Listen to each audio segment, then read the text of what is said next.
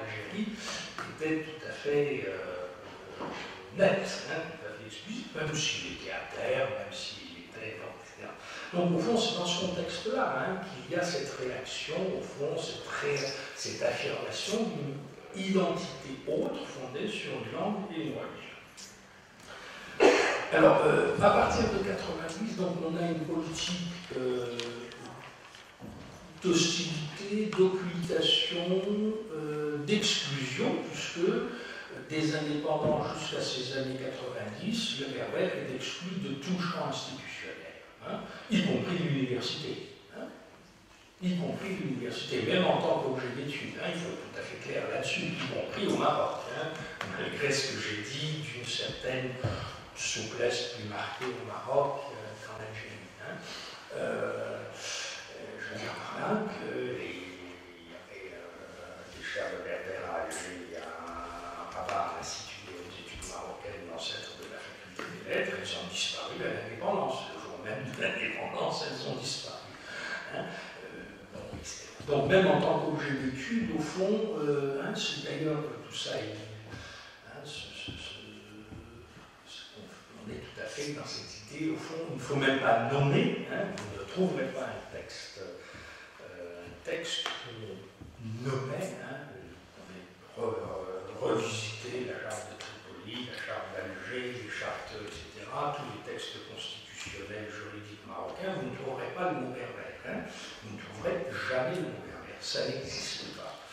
Hein, la première façon d'éradiquer, c'est de ne pas nommer, hein, c'est une chose bien connue. Bien. Donc, à partir de 90, on assiste à une évolution rapide qui, parallèle en Algérie et au Maroc, avec toujours un calendrier décalé. Les choses démarrent toujours en Algérie et suivent au Maroc, hein, en 1 an, 2 ans, 4 ans, enfin, il y a un calendrier tout à fait intéressant d'ailleurs, ce qui veut dire aussi que les deux pays sont très poreux sur le plan de la gestion politique de la question berbère, hein, contrairement à ce qu'on imagine, et c'est tout à fait normal d'ailleurs quand on y réfléchit une seconde. Hein. Il est bien évident que le problème du berbère se posant de façon significative dans les deux pays, chacun des deux pays ne peut pas ignorer ce qui se passe de l'autre côté de la frontière. Donc à partir de 90, eh bien, on a, je dirais, on passe d'une situation d'exclusion, voire d'hostilité militante dans l'Algérie, à une situation d'intégration institutionnelle progressive. Alors elle est très progressive, elle va mettre une décennie pour être, je dirais, pour prendre de la consistance. Alors ça commence en Algérie en 90, 91 avec donc 30 ans après l'indépendance, l'intégration à l'université. On crée 2 départements de langue et culture berbère à Tizi Ouzou et à Bougie, hein, en Kabylie. Ça commence, ça se poursuit en 95 avec l'introduction à la rentrée 95. L'introduction d'un enseignement facultatif de langue berbère en Algérie. Ça se poursuit. Alors, bon, un calendrier très précis. Bon, on pourrait éventuellement laisser un petit document qui récapitule toutes ces évolutions. Ça se poursuit avec la création, l'ouverture d'une licence à l'université à Tizi Ouzou et à Bougie. Et ainsi de suite. Du côté marocain, on a quelques repères. Le premier repère politiquement significatif, c'est un discours du 20 août 1994 du roi Hassan II, qui se déclare favorable à l'enseignement des dialectes berbères et autres dialectes populaires, discours, mais qui va avoir une répercussion en 1999 dans un texte important qui est la Charte nationale de l'éducation, où on évoque l'idée d'enseigner le berbère dans le primaire comme appui pour l'enseignement, en particulier l'arabe, en tout cas comme puis ça va aboutir au discours du roi Maroc 2002 qui annonce sa volonté de lancer l'enseignement du berbère, qui annonce la création d'un institut, l'IRCAM, l'Institut royal pour la culture amazigh. En Algérie, donc, en 1995, on a un décret important fin avril, le 27 avril 1995, qui crée le Haut Commissariat à la mazirité, c'est-à-dire à la berbérité, rattaché à la présidence de la République. Entre parenthèses, tout à fait, point de détail, le HCA, le Haut Commissariat à la mazirité, donc à la berbérité, créé pour simplifier, en mai 1995, rattaché directement à la présidence de la République. L'IRCAM est créé en 2002 au Maroc, l'Institut royal pour la culture amazigh est rattaché directement au palais, ce qui est très intéressant comme structuration politique. On voit bien que c'est une question centrale, pas rattachée au ministère de la Culture ou de l'Éducation nationale directement à la présidence de la République en Algérie et au palais royal au Maroc. Donc vous voyez, il y a toute une série de moments, de décisions, de décrets, etc. 1995, donc, le HTA en Algérie, entre 1995, le lancement d'un enseignement facultatif. Et pour aboutir à deux moments cruciaux, je passe les détails au Maroc, 2003, début de l'enseignement dans le primaire, 2006-2007, création de licence, et enfin, d'abord de master, à l'université d'Agadir, puis après à Oujda, etc. Tout un calendrier, si vous voulez, d'intégration universitaire, disons, on peut qualifier cette décennie, ces deux décennies, 90-2000, comme celle où on voit se normaliser, se diffuser l'intégration institutionnelle dans le système éducatif, l'université et en éducation nationale. Avec deux moments clés, symboliques et juridiquement importants. C'est 2002 en Algérie et 2011 au Maroc. 2002, c'est fin avril 2002,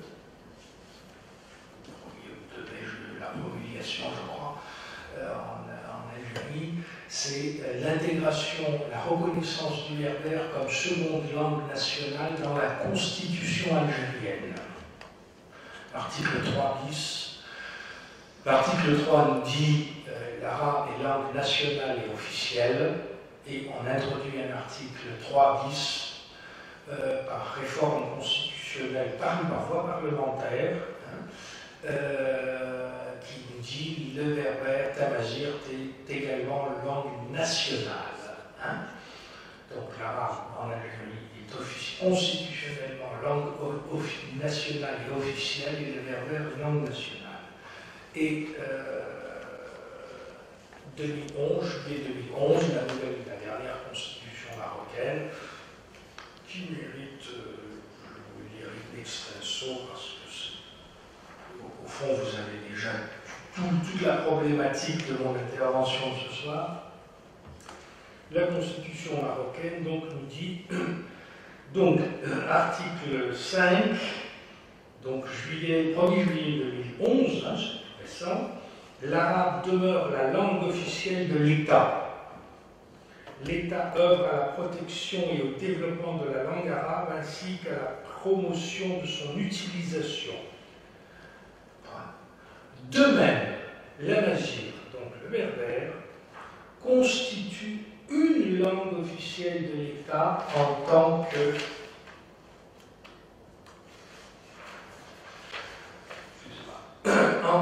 patrimoine commun à tous les Marocains sans exception. Une loi organique définit le processus de mise en œuvre du caractère officiel de cette langue, ainsi que les modalités de son intégration dans l'enseignement et au domaine prioritaire de la vie publique, et ce afin de lui permettre de remplir à terme sa fonction de langue officielle. C'est un texte qui vaut son pesant d'or, hein, vous avez compris. Mérite une exégèse. Bon, donc, si vous voulez, en résumé, on est passé progressivement à partir des années 90, avec un calendrier décalé entre l'Algérie et le Maroc, où je vous dis le Maroc c'est toujours l'Algérie, d'une situation où on ignore, voire on combat la langue, le paramètre berbère, à une situation d'intégration progressive dans l'université, dans l'éducation nationale, puis processus, je dirais, parachevé, en tout cas fortement assumé par l'intégration dans les constitutions. Donc, le berbère est désormais depuis 2002 langue nationale en Algérie et langue officielle depuis 2011 au Maroc. Alors, oui, ça soulève des questions absolument fondamentales, qui vont dans tous les sens. Je ne vais pas essayer de répondre à toutes tout de suite. Pourquoi cette évolution, la question de fond. Pourquoi cette évolution? Pourquoi cette évolution maintenant et pas avant, pas plus tard? Pourquoi cette évolution parallèle? Pourquoi cette évolution parallèle mais légèrement décalée? Question de pure politologie, tout à fait passionnante, qui montre qu'on ne peut pas traiter de la question berbère sans tenir compte de la globalité de l'Afrique du Nord. Bon, il est évident qu'il suffit de rappeler le calendrier pour montrer qu'il y a un lien direct entre ce qui se passe en Algérie et au Maroc et vice-versa. De même, écoutez, pour anticiper sur les analyses, dès 2002, lorsque l'Algérie a reconnu le berbère comme langue nationale, j'ai toujours dit, enseigné et écrit, et enseigné par mes cours, le Maroc va être obligé, c'est une question de quelques années, de faire la même chose. Et je ne me suis pas trompé. Et de même, depuis 2011, depuis que le Maroc a reconnu le statut de langue officielle au berbère, je dis, et c'est absolument certain, que l'Algérie va être obligée de passer au stade supérieur et de reconnaître aussi un statut de langue officielle et pas simplement de langue nationale. Il y a, je dirais, un lien immédiat, direct, avec un décalage chronologique. Ce qui veut dire que c'est bien, il y a des spécificités à chaque pays, c'est évident, mais il y a quand même le paramètre berbère est une donnée globale de l'Afrique du Nord et qui travaille un peu dans le même sens. Alors, donc les questions sont innombrables. Pourquoi cette évolution? Pourquoi? On peut débattre abondamment sur les sujets. Bon, les causes sont multiples. On va essayer de répondre, j'essaie de répondre simplement, très rapidement, à deux types de questions. Pourquoi ces évolutions? Pourquoi à ce moment-là? Et quel est leur impact réel et leur signification? Pourquoi ces évolutions? D'abord, il est tout à fait, je crois qu'il y a, les raisons sont multiples. Elles sont internationales, géopolitiques, elles sont internes, fondamentalement. Et de nature évidemment politique. Il est clair que ce n'est pas un beau matin, les généraux algériens ou la monarchie marocaine ont pris subitement conscience de l'intérêt intrinsèque du berbère. Il y a des déterminations lourdes, politiques, internes, externes, qui ont pu jouer, alors il est totalement impossible évidemment de les évaluer, de les pondérer, mais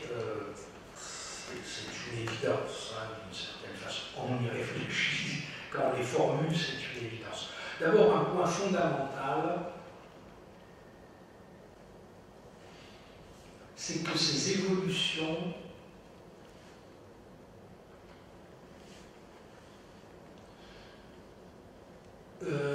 sont déterminées par, je dirais, des contradictions, des forces tout à fait différentes, enfin, des considérations tout à fait différentes entre les deux pays, Algérie et Maroc. Les contextes sont très différents et pourtant les résultats apparaissent à peu près les mêmes. Il est absolument essentiel de rappeler qu'en Algérie, ce n'est pas l'État qui a l'initiative, c'est toujours la société civile. Toutes les évolutions statutaires et institutionnelles que j'ai rappelées très rapidement sont le résultat de conflits extrêmement violents entre l'État central et les berbérophones, et principalement la Kabylie. Sans exception. Je veux dire que toutes les évolutions, toutes les ouvertures institutionnelles puis constitutionnelles sont parfaitement datées et déterminées par une situation de tension entre l'État central et principalement la Kabylie. C'est vrai pour 1995, le début de l'enseignement dans le système éducatif, l'enseignement facultatif, après une grève, un boycott scolaire de quasiment une année dans toute la Kabylie. C'est vrai pour la constitutionnalisation, la reconnaissance du statut de langue nationale berbère. C'est d'ailleurs un cas tout à fait amusant, presque caricatural, bien que j'ai écouté pas mal de vies, puisque cette constitutionnalisation d'Algérie intervient en 2002, mais 2002, après ce qu'on les militaires, la société kébyle, les militants berbères, Kabyles l'appellent le printemps noir, c'est-à-dire 2 ans d'affrontements extrêmement violents en Kabylie entre des appareils répressifs de l'État central et la population qui s'est soldée par 126 morts et des milliers de blessés, etc. Une situation qui a duré quasiment 2 années de tension extrême. Donc à chaque fois qu'il y a en Algérie qu'il y a eu une évolution, un assouplissement, c'est le résultat d'un rapport de force tout à fait explicite et il n'y a pas de contre-exemple. Ce n'est pas le cas au Maroc. Au Maroc, c'est toujours la monarchie qui a l'initiative. Alors, je ne veux pas dire par là qu'il n'y ait pas de mouvement de pression sociale berbère, il existe, il y a un mouvement social assez important, etc. Mais il n'a jamais eu l'ampleur qu'il a connue en Algérie et en particulier en Kabylie. Ça veut donc dire qu'en Algérie, on est toujours dans une situation de négociation et de rapport de force. Et c'est ce qui permet de comprendre le décalage chronologique. Le Maroc, au fond, observe ce qui se passe en Algérie et au fond, anticipe sur de potentielles évolutions qui auraient pu se produire ou qui pourraient se produire sur place. Je crois que de ce point de vue-là, on voit très très bien, il me semble que ça manifeste une très grande intelligence politique de la monarchie marocaine, qui au fond a toujours pris les devants. Que ce soit le discours 94 du roi, que ce soit la création du l'IRCAM, etc., ça ne répond pas à une pression sociale, à des affrontements durables, significatifs et lourds. Et en particulier, une chose très importante, je ne veux pas du tout minimiser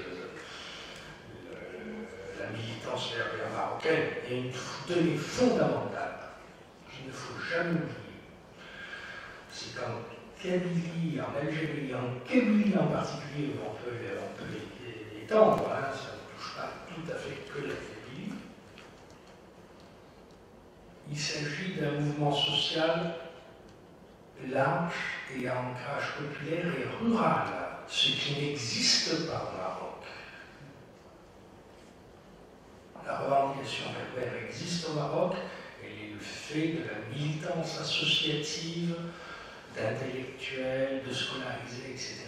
Il n'y a pas de mouvement à base populaire. Tout l'Algérie, 2001-2002, la Kabylie a échappé pendant 2 ans à tout le contrôle de l'État central. Hein, c'est la réalité. La gendarmerie a été retirée de la Kabylie, etc. On en est arrivé à des situations tout à fait extrêmes. Hein. Donc, je crois qu'il y a là différentes situations, mais en même temps une capacité de la monarchie marocaine à peut-être anticiper. Et c'est d'ailleurs comme ça, d'une certaine façon, beaucoup d'entre nous, beaucoup de spécialistes ont été surpris par la position de la monarchie, par la réforme constitutionnelle de 2011 qui est allée jusqu'à reconnaître le statut de langue officielle. Langue officielle, ça veut dire langue de l'État, hein, et de ses institutions. On peut faire l'hypothèse que d'une certaine façon, on est dans une espèce de poursuite entre l'Algérie et le Maroc, et que sur cette affaire-là, le Maroc a voulu marquer un pas, en quelque sorte, aller plus loin que l'Algérie, pour neutraliser ou anticiper toute contestation berbère plus significative. Et aussi, ne jamais oublier, ça j'aurais pu commencer par là, ne jamais oublier que cette évolution constitutionnelle au Maroc s'est faite en 2011, c'est-à-dire au moment de ce qu'on a appelé les printemps arabes, c'est-à-dire quand même, là aussi, probablement une gestion très politique, hein, une situation où le risque de déstabilisation était général à travers toute la région, et donc, au fond, on est sans doute dans une politique d'anticipation. Donc, un paramètre fondamental pour l'Algérie, toujours un rapport de force avec les populations berbères et principalement kabyles, qui a fait évoluer les choses. Au Maroc, sans doute une politique anticipatrice. Un autre paramètre fondamental, qui est rarement mis en évidence, mais qui est absolument certain, c'est la situation. Pourquoi à ce moment-là? Pourquoi à partir des années 90? Il faut se replacer dans le contexte algérien des 90. Situation de la décennie 90 en Algérie, c'est la déstabilisation islamiste radicale. Hein, c'est ça le paramètre fondamental. Il est certain, il suffit d'observer le positionnement politique des différentes forces, des différents acteurs, ça apparaît comme une évidence, qu'à cette époque, le régime algérien avait un ennemi principal qui était les islamistes radicaux. Hein? Vous connaissez le contexte et vous connaissez la violence de cette période, qui est une véritable guerre civile. Hein? Je suis toujours sidéré de voir à quel point l'opinion